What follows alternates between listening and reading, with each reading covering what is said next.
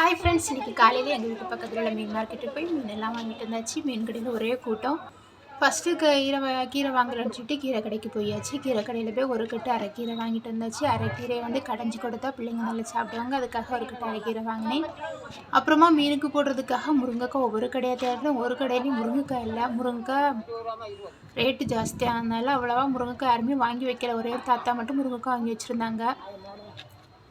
தாத்தாட்ட முருங்கைக்காய் ரேட் எவ்வளோன்னு சொல்லி கேட்டால் ஒரு முருங்கைக்காய் 20 ரூபான்னு சொன்னாங்க. சரி, மீனுக்கு முருங்கைக்காய் போட்டால் தான் டேஸ்ட்டாக இருக்குன்னு சொல்லி ஒரு முருங்கைக்காயும் வாங்கிட்டு அப்படியே இந்த பக்கமாக சூரை மீன் வெட்டிகிட்டு இருந்தாங்க. நல்லா ஃப்ரெஷ்ஷான சூரை மீன் தான். சூரை மீன் இந்த அண்ணன்ட்டால் தான் நல்லா ஃப்ரெஷ்ஷாக இருக்கும். அதனால் எப்போவுமே அவங்கக்கிட்ட தான் மீன் வாங்குவேன். ஒரு 100 ரூபாய்க்கு சூரை மீனை வெட்டி வாங்கிட்டு அப்புறமா ஒரு 100 ரூபாய்க்கு இறால் மீனும் வாங்கிட்டேன். மீனோட ரேட்டெல்லாம் ரொம்ப ஜாஸ்தியாக இருந்துச்சு. ஏன்னு கேட்டால் காற்று எங்கள் ஊரில் ரொம்ப அடிக்கும். அதனால் மீனெல்லாம் அவ்வளோவா இல்லை அப்படின்னு சொல்கிறாங்க. என்னன்னு தெரில.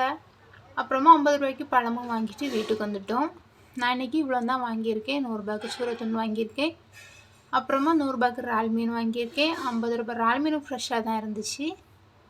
அப்புறமா 50 ரூபாய்க்கு சின்ன பழம் வாங்கியிருக்கேன். ஒரு கட்டி கீரை. அப்புறமா 20 ரூபாய்க்கு வாங்கின முருங்கைக்காய். இந்த முருங்கைக்காய் தான். அவ்வளோதான். இந்த வீடியோ உங்களுக்கு பிடிச்சிருந்தனா மறக்காமல் லைக் பண்ணுங்கள். தேங்க்யூ.